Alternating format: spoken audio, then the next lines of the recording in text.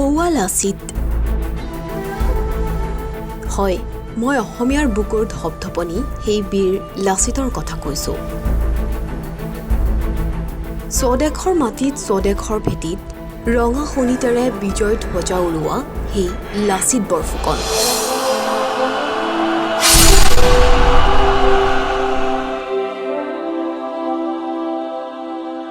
আজি অসমীয়াৰ বীৰ পুৰুষ লাচিত বৰফুকনৰ জন্ম দিৱস। প্ৰতি বছৰে ২৪ নৱেম্বৰৰ দিনটোত লাচিত দিৱস হিচাপে প্ৰতিজন অসম প্ৰেমীয়ে উদযাপন কৰি আহিছে।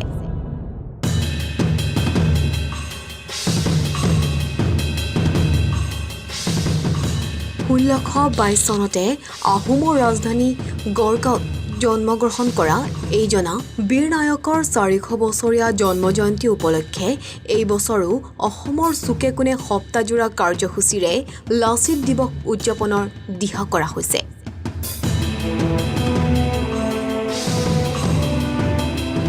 আজিও ইতিহাসে সোঁৱৰাই লাচিতৰ বীৰত্ব আৰু সাহসিকতাৰ কথা। বৰ্তমান প্ৰজন্মৰ বাবে লাচিত বৰফুকন অপৰাজেয় ব্যক্তিত্ব, জাতীয় প্ৰেম আৰু সাহসিকতাৰ আদৰ্শ।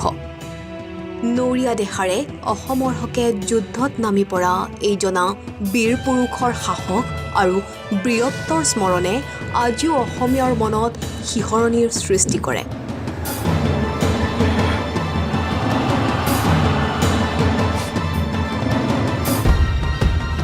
সেইদিনা আছিল ১৬৭১ চনৰ ২৪ নৱেম্বৰ। গড়গাঁৱৰ ৰাজগাদীত বহি চক্ৰধ্বজ সিংহই শৰাইঘাটৰ ৰণৰ বাবে যুঁজা চলাইছিল। বাছি দিছিল ১ লাখ অসমীয়া সেনাক। আহোম, বৰাহী, মৰাণ, কছাৰী, চুতীয়া, কলিতা, কোচ আদিকে ধৰি অসমীয়া সেনাদল বুকুত পাতি ওলাই আহিছিল বীৰগৰাকী। সেয়া আছিল লাচিতৰ সেনাদল। ধৈৰ্য, সাহস আৰু দুবাহুৰ বলেৰে বীৰ লাচিতে মানসিংহৰ বৃহৎ সেনাদলক পৰাস্ত কৰিছিল। ১৬৭১ চনতে সংঘটিত হোৱা এই যুদ্ধত লাচিত বৰফুকনে গৰিলা যুদ্ধৰ বিশেষ কৌশল, বুদ্ধিমত্তাৰ প্ৰদৰ্শনেৰে মানসিংহৰ নেতৃত্বৰ বৃহৎ মোগল সৈন্যৰ দলক পৰাস্ত কৰিবলৈ সক্ষম হৈছিল। মানসিংহয়ো অসমীয়া সৈনিকৰ এই বীৰত্বক প্ৰশংসা কৰি থৈ গৈছে।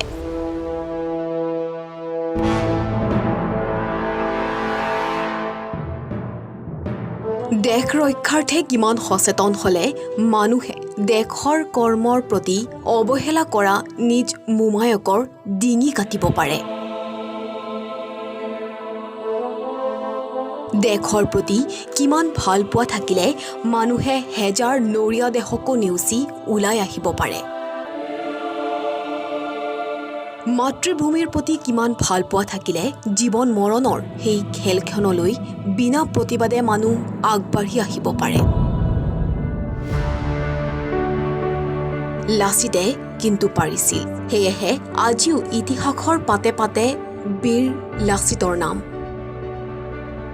সেয়েহে আজিও অসমীয়াৰ ৰন্ধ্ৰে ৰন্ধ্ৰে শিহৰিত কৰি তুলিব পাৰে সেই বীৰত্বব্যঞ্জক গাথা।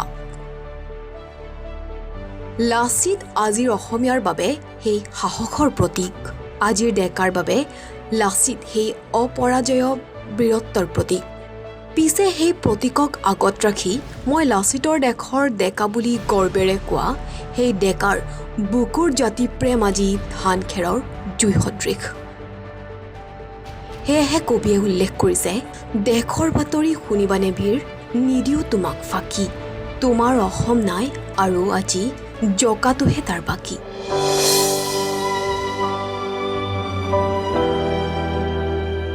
লুইতৰ এই বিশাল পাৰত নাই আৰু অসমীয়া, মৰি সাজি ঢুকাল সকলো চিন-চাব নাইকিয়া। এতিয়া প্ৰশ্ন হয়, বৰ্বৰ কথা কৈ জাতি প্ৰেম আৰু জাতীয়তাবোধৰ পৰিচয় দি অহাসকল আচল অৰ্থত অসমৰ হকে অসমীয়াৰ বাবে হাতে কামে কিমান আগবাঢ়ি আহিব পাৰিছে? লাচিত বৰফুকনৰ দৰে বীৰ পুৰুষ, অপৰাজয় ব্যক্তিত্ব, সাহসী মনৰ অধিকাৰী লোক অসম ভূমিত পৰৱৰ্তী কালত আৱিষ্কাৰ হ'বনে? নে আজিৰ অসমীয়া নিজক নিচিনিলে অসম ৰসাতলে যাব বুলি কৈ আমি কেৱল হুমুনিয়াহে কাঢ়িব লাগিব। মই লাচিতে কৈছো মোৰ সঘনাই নাম লোৱালুইত পৰিয়া ডেকা দল। মই লাচিতে কৈছো মোৰ সঘনাই নাম লোৱালুইত পৰিয়া ডেকা দল।